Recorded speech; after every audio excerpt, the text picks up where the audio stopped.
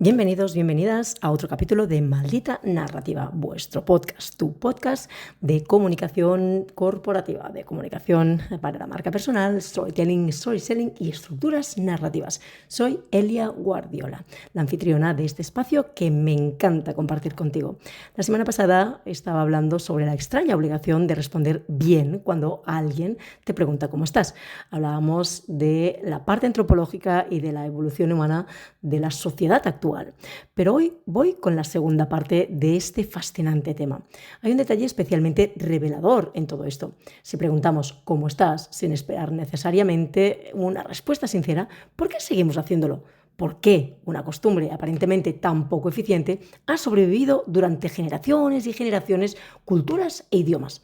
La respuesta probablemente tenga menos que ver con la cortesía y mucho más con la evolución. En algunos casos podríamos decir que también involución. Fijaos, durante cientos de miles de años, sobrevivir no dependía solo de ser fuerte o inteligente, dependía, sobre todo, de pertenecer y permanecer dentro del grupo. Un ser humano aislado tenía muy pocas posibilidades. La tribu, la comunidad, en este caso la tribu, hablando un poco dentro de los términos de antaño, era alimento, protección, aprendizaje, descendencia y sobre todo también futuro, no nos olvidemos. La exclusión no era únicamente un problema social, podía convertirse en una condena.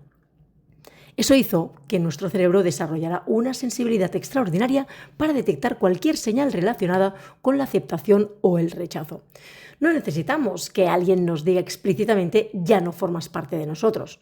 Basta un silencio extraño, una mirada que dura medio segundo más de lo habitual o una conversación en la que dejamos de ser incluidos para que el cerebro active sistemas de alerta que, en origen, estaban diseñados para proteger nuestra supervivencia. Matthew Lieberman, uno de los investigadores que más ha estudiado la naturaleza social del cerebro, resume esta idea con una afirmación poderosa. El cerebro social no es un añadido a nuestra inteligencia, es una parte esencial de ella. No nacimos para pensar primero y relacionarnos después. Pensamos porque somos sociales. Eso significa que muchas de nuestras conversaciones no buscan transmitir datos, sino comprobar constantemente que seguimos ocupando un lugar dentro del grupo. Desde esa perspectiva, el ¿cómo estás? Adquiere otro significado. Ya no es una pregunta mediática, ni este sentido no es una pregunta médica, ni tan siquiera es psicológica. Es un pequeño escáner social. Sigo viéndote, sigo reconociéndote, seguimos perteneciendo al mismo grupo. Eso es lo que significa. Por eso, incluso las personas que mantienen conflictos profundos conservan algunos rituales de saludo. Aunque apenas de soporte, en este caso, también podríamos añadir de soporte emocional, ¿sí? Incluso si no se soportan, intercambian un buenos días. No porque exista afecto, sino porque romper completamente el ritual enviaría un mensaje mucho más fuerte que cualquier discusión. Los antropólogos llevan mucho tiempo observando que todas las culturas crean ceremonias para reducir la incertidumbre entre personas. Algunas son enormes, por ejemplo, bodas, funerales, iniciaciones o incluso celebraciones religiosas.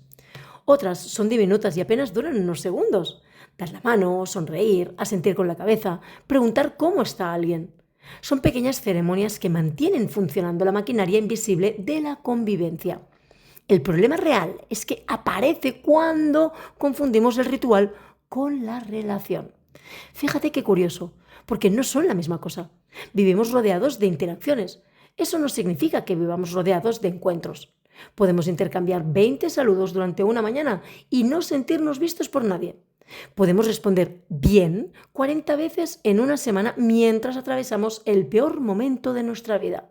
Podemos incluso tener cientos de contactos en el teléfono y no saber a quién llamar cuando realmente necesitamos hablar. Nunca habíamos estado tan conectados y al mismo tiempo, y curiosamente, nunca habíamos necesitado tanto distinguir entre contacto y vínculo. Quizá por eso las respuestas sinceras nos desconciertan un tanto. No porque sean inadecuadas, no porque no sean aceptadas, sino porque existe algo más, algo para lo que muchos hemos perdido entrenamiento.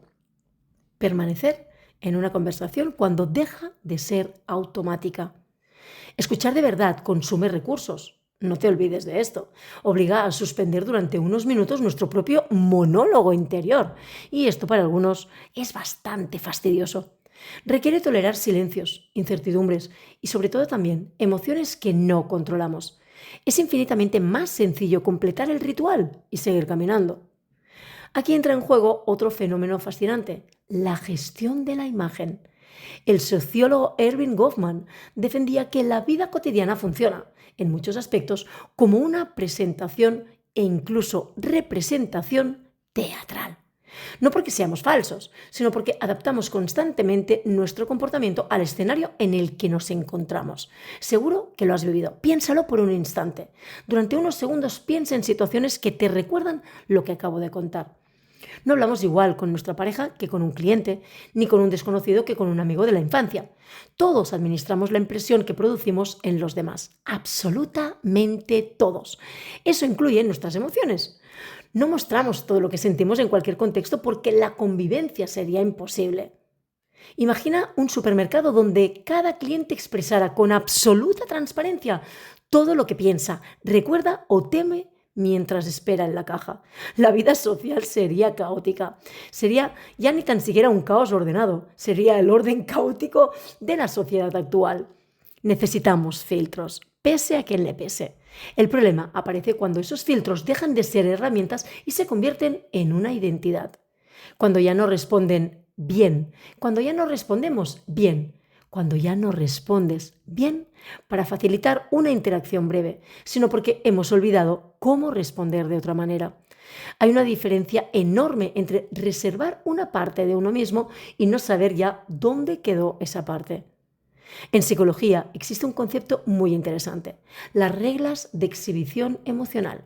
Son normas culturales, casi siempre implícitas, que nos indican qué emociones pueden mostrarse, cuáles deben moderarse y cuáles conviene ocultar según el contexto. Y, siendo honestos, en mi caso, yo teniendo TDAH, a veces me cuesta horrores. No lloramos igual en un funeral que en una reunión de trabajo. No reímos igual en una biblioteca que en un estadio. Aprendemos esas reglas desde niños, observando a los adultos mucho antes de que alguien nos las explique. También aprendemos muy pronto qué respuestas generan tranquilidad en quienes nos rodean. Piensa en la cantidad de veces que un niño escucha frases como no pasa nada, no llores, ya está, sé fuerte. Casi nunca se dicen con mala intención. Al contrario, suelen nacer del cariño. Pero, sin darnos cuenta, muchas veces enseñan algo más profundo, que algunas emociones son más fáciles de aceptar que otras. Lo que estamos haciendo es poner filtros en las emociones de nuestros hijos y de de la infancia en general. Con los años dejamos de necesitar que alguien nos lo recuerde. Evidentemente, nos sentimos en nuestros propios censores. Y también nos convertimos en nuestra propia censura. Empezamos a seleccionar cuidadosamente qué parte de nosotros y sobre todo también otras partes, no qué parte únicamente, pero qué partes son presentables y cuáles permanecerán fuera de escena. Entonces ocurre algo curioso. La pregunta ¿cómo estás? Deja de dirigirse a la persona y empieza a dirigirse al personaje. Y el personaje, siento decirte, que casi siempre está bien. No porque sea feliz, sino porque ha aprendido que esa es la respuesta que mantiene la conversación dentro del guión esperado. Es aquí donde la narrativa entra en escena de una forma que rara vez advertimos. Porque cada vez que respondemos a esa pregunta, no solo describimos un estado de ánimo, sea el que sea, de verdad, también contamos una versión de nosotros mismos. Toda identidad necesita una historia coherente, congruente, con lo que pensamos, decimos, hacemos y aquí incluye también lo que sentimos. Nadie puede vivir sintiendo que cada día es una persona completamente distinta. Dios de la vida, ¡qué agotador! Por eso organizamos nuestros recuerdos, nuestras decisiones y nuestras emociones dentro de un relato que nos permita entender quiénes somos. Pero ese relato también es simplista y también simplifica la comunicación y evidentemente la información. Decimos todo va bien, cuando lo que queremos decir, en realidad, es que algunas cosas funcionan y otras no. Decimos, voy tirando, como si la vida pudiera resumirse en una expresión heredada. Decimos, ahí estamos, y damos por cerrado un universo entero de contradicciones. Tal vez no mentimos, tal vez lo que estamos haciendo es comprimirnos. Reducimos la complicidad y la complejidad en una vida a una frase que pueda circular sin generar demasiadas consecuencias. Y poco a poco, y siento ser tan dura, acabamos acostumbrándonos a vivir dentro de ese resumen, de ese encorsetamiento, de eso que realmente en realidad no nos representa y tampoco sentimos. Así que, señores, señoras, empecemos a procesar mejor esas emociones, esa forma de comunicar, porque a veces esa extraña obligación de responder bien cuando alguien te pregunta cómo estás debería dejar de ser una obligación y debería ser más empatía y autenticidad, diciendo lo que pensamos y sentimos, evidentemente, sabiendo en qué contexto estamos. Soy Elia Guardiola y esto ha sido Maldita Narrativa. Y por favor, escúchame, porque la semana que viene, si es que no lo hago esta, voy a contarte y compartir contigo la tercera parte de esa extraña obligación de responder bien cuando alguien te pregunta cómo estás. Hay una parte intrínseca de antropología humana, de evolución humana y, por supuesto, de la psicología del comportamiento que tanto nos ayuda a mejorar nuestra calidad de vida.